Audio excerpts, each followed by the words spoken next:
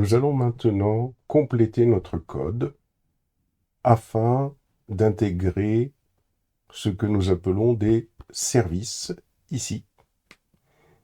L'objectif, c'est de séparer la logique métier, comme on va le voir. Alors, ici, la façon dont nous avons travaillé, c'est que on a le repository qui va gérer tout ce qui est opération à la base de données en passant par le modèle. Mais dans le contrôleur, on a directement fait appel au repository. Ça, c'est pas une bonne pratique. Pourquoi? Il faut impérativement que les tests unitaires au niveau de notre application puissent se faire facilement. C'est pour ça qu'il faut séparer la logique métier en utilisant ce que nous appelons des services. Alors ici, ce qu'on va faire, donc on va déjà se positionner au niveau de service. Et dans une première étape, on va créer une classe qu'on appelle personne service qui est définie en dessous. Alors, on y va, on récupère cette classe, on va se positionner dans le package service, new file, on colle, .java, on valide, et on va récupérer la logique à partir d'ici, les différents imports. On sélectionne notre code jusqu'à l'étape 2 et nous allons ici, on va coller. Voilà. Voilà. Alors, on a personne repository souligné en rouge, donc on se positionne dessous, on clique sur Quick Fix et on clique sur Import. On a personne souligné en rouge, on clique sur Quick Fix et on clique sur Import. Voilà. Alors, si on va étudier cette classe, qu'est-ce que nous avons? On a les différents imports. On a importé la classe personne qui est dans le package modèle. Ça, c'est notre classe à nous, puisque toute classe qui est dans un autre package que celui dans lequel on travaille, eh ben, il faut l'importer. Donc, on importe les deux classes personne et personne repository qui sont dans des classes, dans des packages différents. Ensuite, on va annoter notre service. On va l'annoter avec la notation @service. Ici, voici notre classe, personne service. Auto-wired pour exprimer le fait que on va utiliser l'IOC, hein, c'est-à-dire que la classe personne repository va être instanciée automatiquement par le conteneur Spring. C'est-à-dire qu'on n'a pas besoin de faire personne repository égale new person repository. On va avoir un objet de type person repository qui va être prêt à l'emploi dans le conteneur. On le voit ici.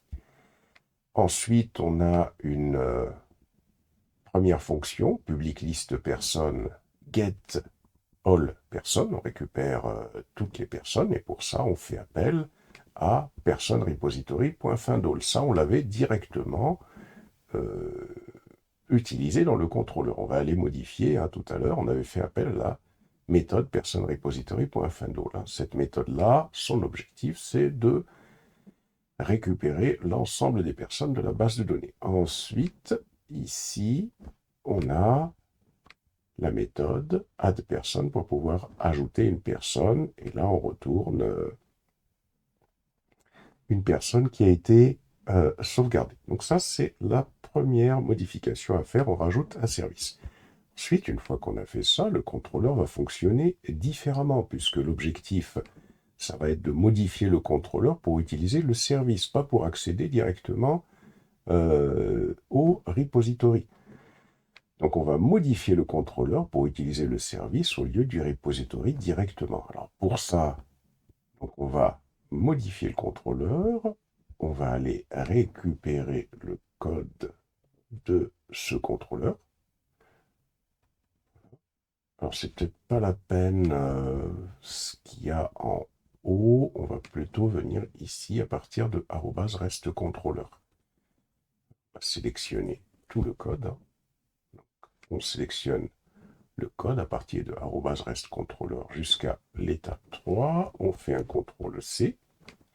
On va dans le contrôleur qui est ici. Je clique sur le contrôleur à ce niveau-là. Et une fois que j'ai cliqué sur le contrôleur, donc je vais à partir d'ici, ici.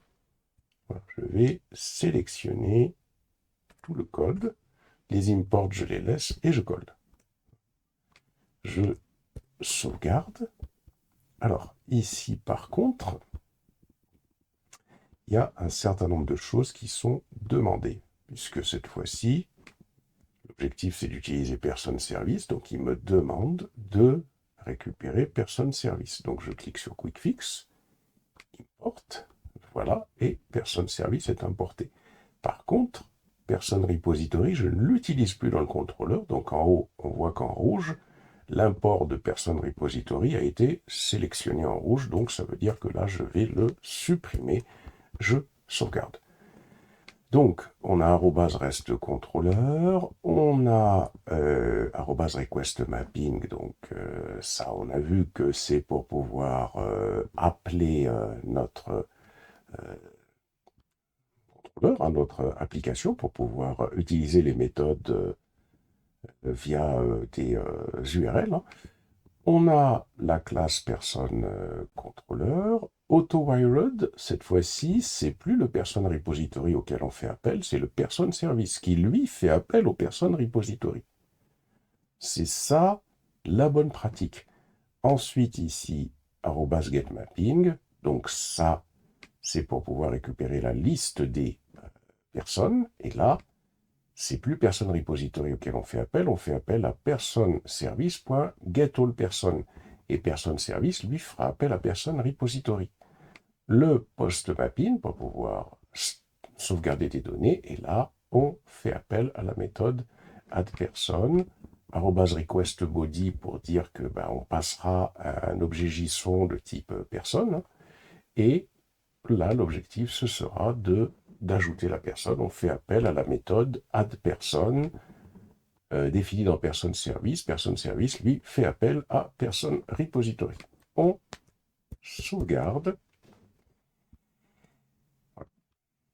Ensuite, une fois qu'on a fait ça, on va exécuter l'application. Alors, pour exécuter l'application, on sait faire. On va d'abord s'assurer que, attention, XAMPP doit être lancé. Hein. Là, par exemple, je l'ai fermé dans ce cas-là. Il faut lancer XAMPP. Si vous ne lancez pas XAMPP, ça ne va pas fonctionner. On démarre MySQL, on démarre Apache. Hein. Une fois qu'on a démarré tout ça, on va descendre dans Maven, ici. On va cliquer sur ECC, voilà, on va fermer en haut pour qu'on puisse mieux voir. On va aller sur Plugin, on va agrandir légèrement ici. On va sur Spring Boot, ici. Voilà. On clique sur Run et on double-clique à ce niveau-là. Voilà. Donc là, on va tout simplement exécuter notre code. Une fois qu'on a exécuté notre code, on va lancer ici, chercher Chrome.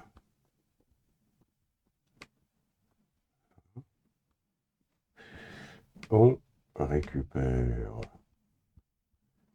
l'URL. Alors l'URL, c'est tout simple, hein, c'est-à-dire que là, il faut faire http://localhost 2.8080/API/personne.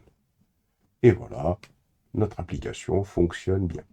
Et là, on voit qu'on a intégré les services. À quoi ça sert d'intégrer les services?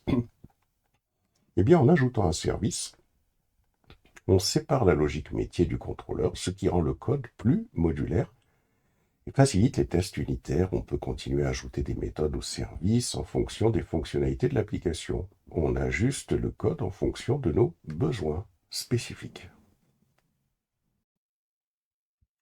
Alors, on va compléter notre programme pour ajouter les méthodes de modification, de suppression et d'autres méthodes, puisque jusqu'à présent, on a uniquement la création et l'affichage de tous les enregistrements. Donc d'abord, on va se positionner ici dans le terminal, CTRL-C, pour arrêter le fonctionnement de notre serveur. Est-ce qu'on termine le programme de commande, oui ou non? On sélectionne oui. Clear. Voilà. On ferme. On agrandit. On ferme le terminal. Première des choses, l'objectif, ça va être de mettre à jour le service, puisque l'objectif, ça va être d'ajouter les méthodes pour mettre à jour, modifier et supprimer les données dans le service et le contrôleur. Donc on a notre service modifié à ce niveau-là. On va le sélectionner à partir de @service ici. On sélectionne ce service complété qu'on va expliquer une fois qu'on l'aura copié-collé. Hop. Ici, on vient à ce niveau-là, hop, et on colle. Donc, qu'est-ce que nous avons? @service, public class, personne service, @autoWired pour l'injection de dépendance, ça va nous permettre de, donc c'est défini juste en dessous, au-dessous de cette annotation, ça va permettre que le conteneur instancie un objet de type personne repository. Donc ça va être injecté automatiquement dans notre application sans qu'on ait besoin de s'en occuper avec un new. C'est le conteneur Spring qui fait cela. Donc là, on voit l'injection de dépendance en plein travail.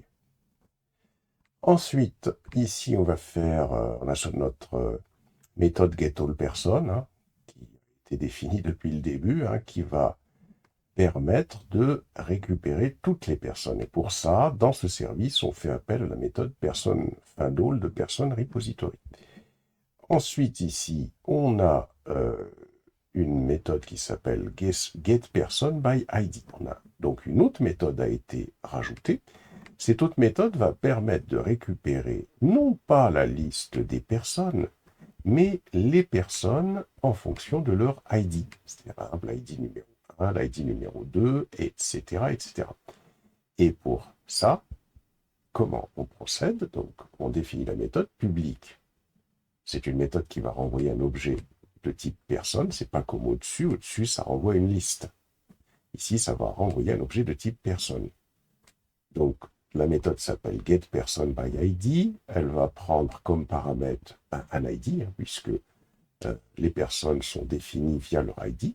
Et on fait appel à la méthode de la classe de l'objet personne repository, qui va permettre de récupérer une personne en fonction de cet ID. Donc, return person repository, on fait appel à la méthode findById, on lui passe l'ID que l'on recherche, soit le 1 ou le 2, or else other nul. Donc, on voit que dans cette instruction, ce qui se passe, c'est cette méthode va rechercher la personne qui a pour ID. Donc, si elle existe, c'est bon, elle la renvoie. Autrement, ici, eh bien, ça renverra quelque chose de nul. Donc ça, c'est super intéressant, cette syntaxe-là, syntaxe qui est compactée, qui permet, si tel ID n'existe pas, ça renverra un nul. Donc c'est traité dans notre méthode. Ensuite, ici, on a la méthode addPerson que l'on a déjà utilisée tout à l'heure. Cette méthode addPerson, c'est une méthode qui prend un objet de type personne et qui renvoie donc tout simplement une personne. Et ça fait appel à la méthode savePerson de la classe Person Repository. Ensuite, ici, on a la méthode qui va permettre de faire de la mise à jour. Alors, on voit qu'il y a un élément optionnel ici qui est en rouge, donc on se positionne dessus, on clique sur Quick Fix et on choisit, comme ça, donc on va sur Quick Fix. Alors, ça nous affiche une fenêtre avec plusieurs possibilités. Alors, c'est pas la première, hein, c'est pas import optional org.page.tstream, c'est la deuxième, import optional java utile. On valide et on contrôle bien qu'en haut, on a bien cet import qui s'est mis en place. Si ce n'est pas le cas, vous supprimez, si vous avez choisi le mauvais, pour recommencer la manœuvre. Donc là, c'est bon. Et là, qu'est-ce que l'on a? Donc, d'abord, comment fonctionne cette méthode? L'objectif de cette méthode, c'est de mettre à jour une personne de la base de données en fonction de son ID. Par exemple, on souhaite mettre à jour la personne qui a pour ID numéro 2, par exemple. Ça veut dire qu'il faudra le récupérer dans la base de données et le mettre à jour avec la nouvelle personne, une personne que l'on va appeler updated person. On testera tout à l'heure. Donc, comment on procède? D'abord, on va tenter de récupérer la personne que l'on veut modifier. On a bien dit tenter, parce que ce n'est pas certain qu'elle existe. Donc, pour ça, on va utiliser un paramètre qui va s'appeler optional person. Donc, ça va permettre de voir, c'est une façon de dire si elle existe. Hein. Donc, ici, on définit une variable, existing person, et on va faire appel à la méthode findById, que l'on a définie plus haut. Cette méthode de person repository permet de récupérer une personne en fonction de son ID. Donc, si la personne existe, eh bien, dans existing person, on aura la personne à modifier. Si la personne n'existe pas, on aura un nul. Et là, on va tout simplement poser la question suivante. If existing person.is present. Si cette personne, dans existing person, existe. Alors, qu'est-ce qu'on va faire?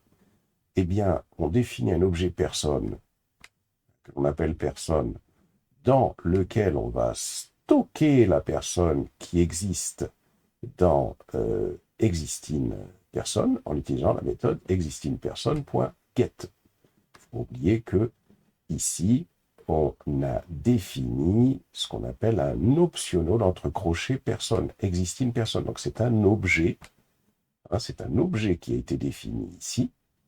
Et cet objet de type optional person, pour pouvoir récupérer l'objet personne s'il existe, il faut lui appliquer la méthode de get. Et donc là, dans personne, on récupérera cette personne. Ensuite, qu'est-ce qu'on fait? On va tout simplement mettre à jour cette personne que l'on aura récupérée avec les nouvelles informations de cette nouvelle personne qui existe dans updated person. Alors, comment on fait ça? On va utiliser les méthodes, les setters de la classe personne. Donc, person.setFirstName. On va récupérer le nom de la personne que l'on a mis, qui va être la personne que l'on... Comment dirais-je? Donc, on va récupérer le nouveau nom de la nouvelle personne et on va mettre à jour la personne qui existe dans la base de données. Même chose pour le prénom. Et une fois que tout ça est OK, on fait return person repository.savePerson. Donc la personne mise à jour va être sauvegardée dans la base de données. On fait un return null au cas où la personne n'existe pas. C'est-à-dire au cas c'est un nul qui va, comment dirais-je, donc ne pas exister. Alors bien sûr, on peut, ici on retourne juste un nul, mais là, on nous dit qu'on pourrait gérer le cas où la personne n'est pas trouvée. Ici, pour pouvoir supprimer une personne, il suffit de faire public void delete person, longue ID, donc ça veut dire qu'on va passer l'ID, et on va faire person repository.deleteID. Voilà, donc ici, on a toutes les méthodes que l'on a besoin pour créer, modifier, supprimer rechercher une personne donnée dans la base de données. Ensuite, il va falloir mettre à jour le contrôleur. Donc, il faut mettre à jour le contrôleur pour pouvoir utiliser tout ça. Donc pour ça, on descend un petit peu plus bas. On va, à partir de reste contrôleur ici, on va sélectionner toute notre application. Nouvelle application modifiée. On la sélectionne. On va revenir ici dans notre code. On va aller sur le contrôleur, personne contrôleur. Et là, on va sélectionner tout ça. Et on va coller. Une fois qu'on a collé, on sauvegarde. Une fois qu'on sauvegarde, on a...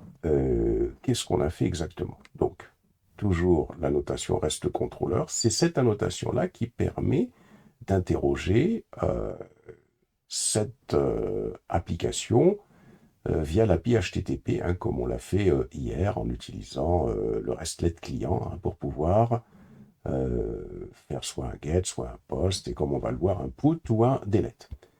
Request mapping à /API/personne, bah ça permet de définir l'URL à utiliser pour interroger cette application de type RESTful. Ensuite, donc voilà, notre contrôleur il est là. Auto-wired, hein, pour tout simplement injecter un objet de type person service, c'est le conteneur Spring qui va gérer ça. @getMapping, donc là ça on a déjà fait. GetMapping, ça veut dire que là c'est tout simplement un get qu'il va falloir utiliser hein, via notre RESTlet client. Et là qu'est-ce qu'on va faire? Ça va nous permettre de pouvoir faire appel à la méthode getAllPerson que l'on crée ici, qui va renvoyer une liste de personnes. Et donc, cette méthode-là, tout simplement faire appel à la méthode getAllPerson de la classe personneService ou de l'objet personneService qui a été instancié plus haut. Et personneService, on l'a créé tout à l'heure, on a vu que personneService, lui, il fait appel tout simplement à personneRepository. Donc ça, c'est la méthode. Ici, on a une autre méthode @getMapping.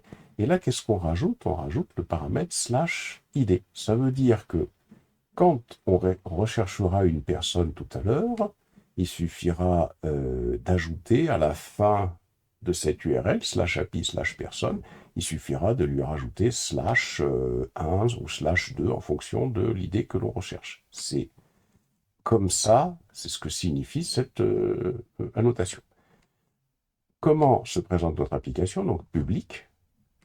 Elle renvoie un objet de type personne, on le voit ici.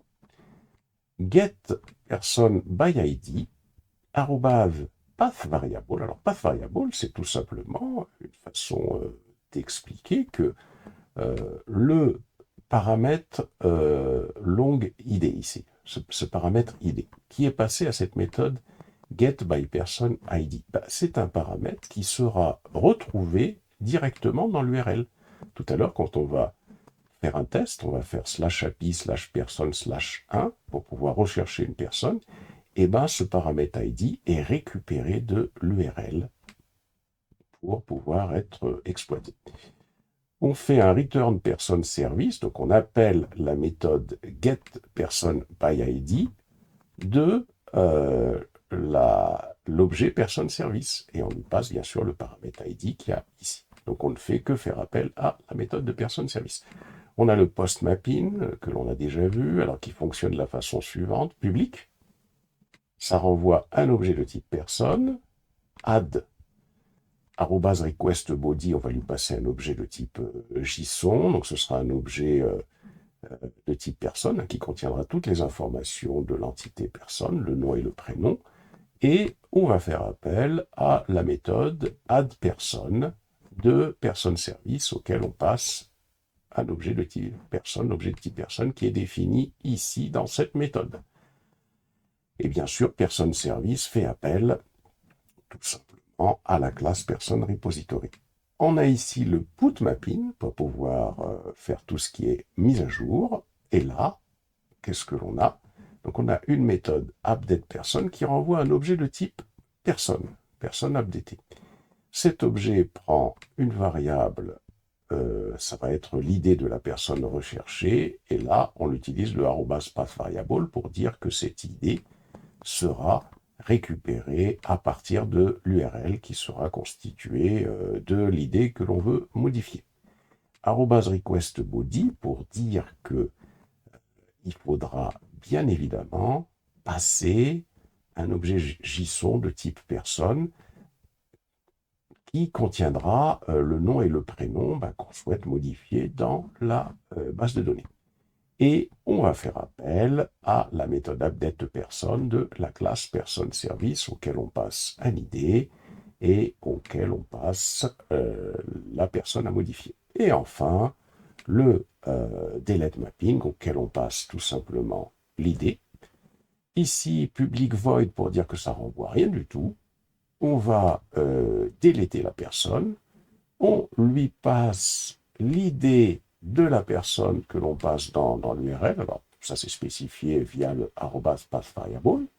Et on fait appel à la méthode personneService, deletePerson de la classe personneService, du service personneService, qui va avoir comme paramètre l'idée que l'on veut modifier. Voilà. Il va falloir que l'on teste tout ça.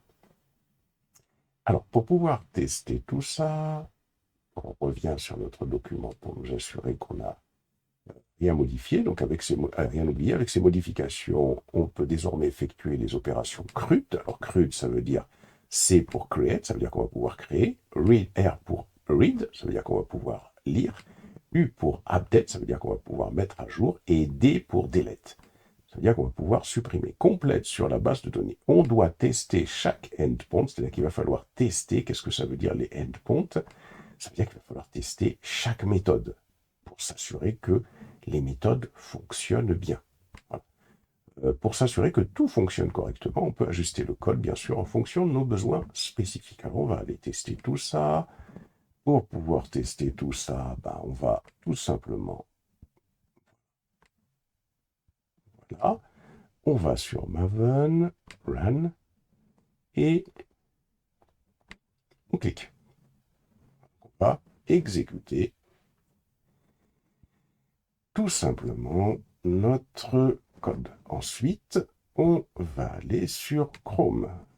Et sur Chrome, ici, on va faire appel à Talent. Talent, voilà. On a vu que on pouvait faire appel à la méthode get. La méthode get, il suffit de faire http localhost 2.8080/API/personne. Ça veut dire que si on revient ici, on minimise tout ça. Ici, là, on close le panel. Ça veut dire que ici, voilà, c'est-à-dire qu'on va juste récupérer cette URL-là. Comme on fait un get, ça veut dire qu'on souhaite faire appel à cette méthode qui va nous renvoyer toutes les personnes. Donc on revient ici, on fait un send, et si on descend, on voit bien que ça nous renvoie toutes les personnes que l'on avait créées. Bien, on va voir si on récupère maintenant une personne. On va créer une personne. Donc on peut récupérer la façon dont on peut passer une personne. Donc attention de ne pas récupérer la virgule. Et cette fois, on se dit, tiens, on va utiliser la méthode post. Je laisse la même URL. Ici, on va faire un coller. Et puis là, first name, on va faire Younsi1 et on va faire Mousse 1, par exemple. Donc cette méthode post va faire appel, normalement, à cette méthode qui est ici, @postmapping, qui va ajouter une personne. Il suffit qu'on lui passe juste cette URL, mais qu'on choisisse le verbe post. On revient ici, hop, revient, ici, voilà, et on fait un send. Normalement, on descend pour voir si ça a été OK. On voit que la méthode nous renvoie bien un objet de type personne qui a été créé. Il faut aller voir dans la base de données comment ça se passe. On clique ici en face de MySQL sur Admin pour aller voir le PHP MyAdmin. On va sur gestion personnelle à ce niveau-là. Et ici, on clique sur personne. Et alors, si on rafraîchit, alors on a... alors ça n'a pas marché. Il faut voir tout simplement pourquoi. Bah, si on voit ici la raison pour laquelle, c'est parce que j'ai utilisé le code 1 alors qu'il faut utiliser un autre code. On va faire 4 par exemple. On envoie. Voilà, on recommence. Ça devrait être bon. On revient.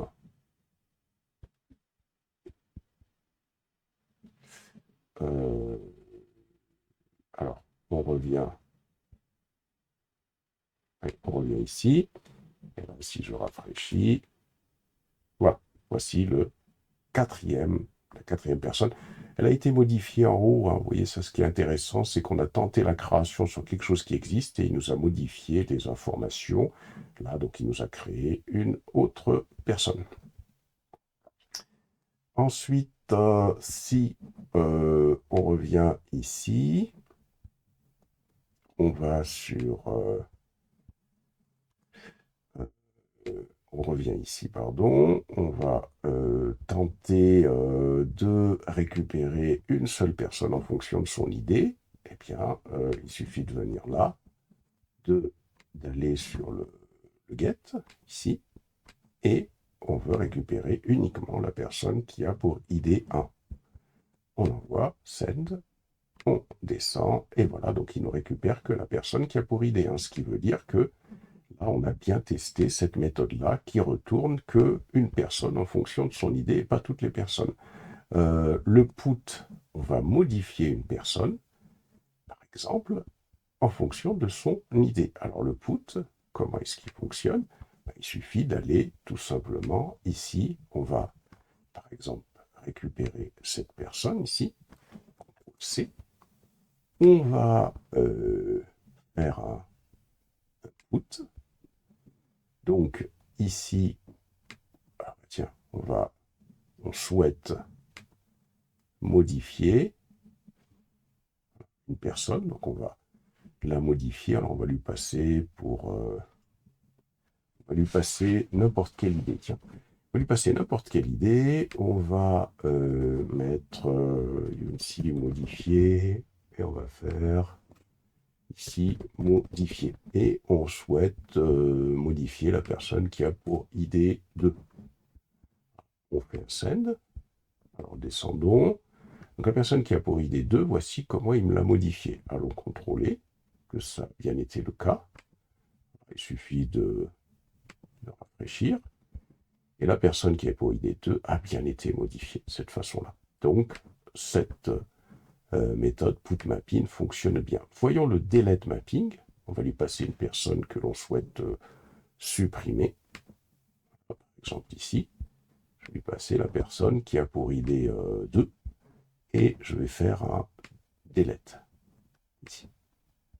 Je fais un send et on voit qu'il ne renvoie rien du tout. Allons voir s'il m'a supprimé la personne.